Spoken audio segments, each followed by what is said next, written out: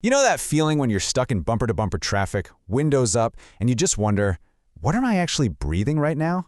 Well, it turns out that invisible threat is one of the biggest problems our cities are up against. But what if the fix wasn't some giant billion-dollar project? What if it was something small, smart, and built with tech you could literally hold in the palm of your hand? Today, we're going to look at how a smart nose for our streets could be the game changer we've been waiting for. Let's just start with a number, a really big one. According to the World Health Organization, air pollution is tied to a jaw-dropping 7 million deaths across the globe every single year. This isn't some far-off issue, it's a very real, very present global health crisis. And a huge piece of that problem, a huge source of that pollution, is something we're all painfully familiar with: the daily grind of traffic. Every single car idling, every truck crawling along, they're all pumping harmful stuff into the air we breathe. So here's our roadmap. First, we'll uncover the deadly secret hiding in that gridlock. Then we'll meet the high-tech canary in the coal mine that's designed to fight back. We're going to pop the hood and see its brains and senses, watch it turn data into real-world action, and then we'll look at the bigger picture for our city's health. All right, first up, let's really get our heads around just how big this problem is. Why is the air in our cities such a massive deal? The research really puts it in perspective. That's 1.4 billion people breathing air that is officially considered unsafe. It's just a huge, widespread problem that directly hits the health of people living in cities all over the world. So you might be thinking, wait, don't we already monitor this stuff? And yeah, we do. But the problem is our current systems are super expensive, so they're few and far between, sometimes hundreds of miles apart. This creates these massive blind spots. We get the big picture, but we have no idea what's happening on a specific street corner when a traffic jam hits. We're completely missing that block-by-block data. Okay, so this is where the story gets really interesting. To tackle this exact problem, researchers came up with a sort of high-tech canary in a coal mine for our city streets. A small, clever, and, most importantly, affordable way to spot danger in the air. So here's the big idea. It's a low-cost system that doesn't just measure pollution. It does it in real time and is built to plug right into traffic management. The two magic words here are low cost, which means we can put them everywhere, and real time, which means we can react to problems the second they start.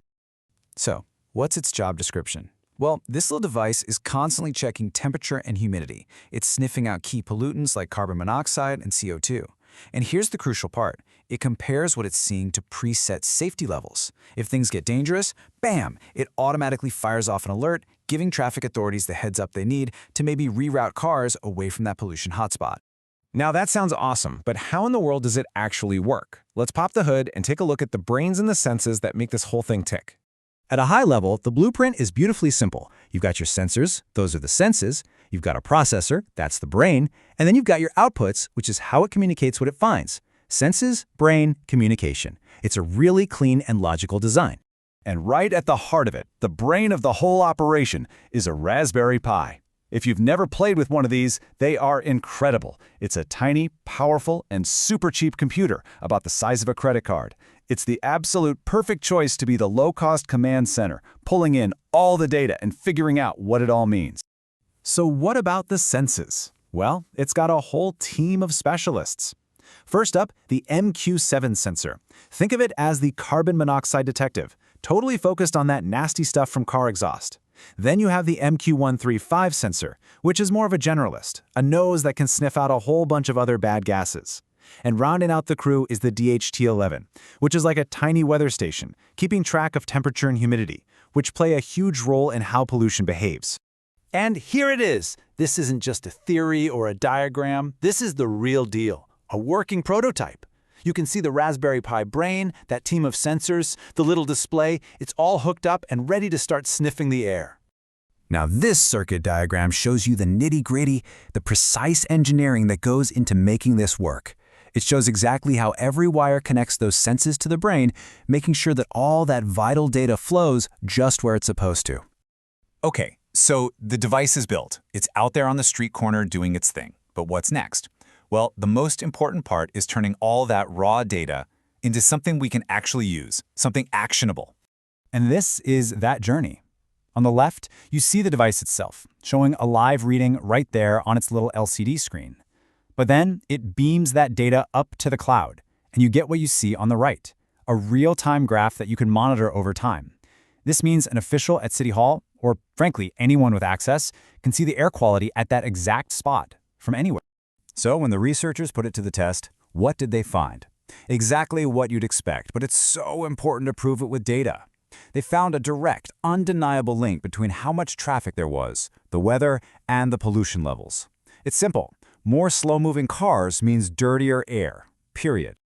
And you can literally see it in the data right here. This chart is tracking humidity. See that huge, jagged spike? That lines up perfectly with a period of heavy traffic that the device was monitoring. It's like the visual fingerprint of a traffic jam's impact on our air. And this all creates what you can call an action loop. It's beautiful. Step 1, the sensors detect a problem. Step 2, the Raspberry Pi brain confirms, yep, this is serious. Step 3, it sends out an alert using a built-in cell module. It's basically like sending a text message. And step 4, the authorities get that real-time info and can actually do something, like changing traffic patterns on the fly. Now, one of these little devices is really, really cool. But the true power, the real potential, comes when we zoom out and think about the bigger picture for our cities. Because the idea isn't to have just one. The vision here is to create a dense network of them all across the city. Because they're so cheap, you could put one on every major intersection. All of a sudden, you'd have this living, breathing, high-definition map of your city's air changing and updating in real time. And the potential benefits are just massive. You're talking about making roads safer, making traffic flow smarter and more efficiently, and of course, the big one, cleaner, healthier air for everybody. It even empowers people by giving them real, local data about the air quality in their own neighborhood. So it all leaves us with this one powerful question. This technology essentially gives our environment a voice. It's a way for our streets to tell us directly when they're struggling. So what could we achieve? What kind of smarter, healthier cities could we build if we finally started to listen to what every street corner has to say?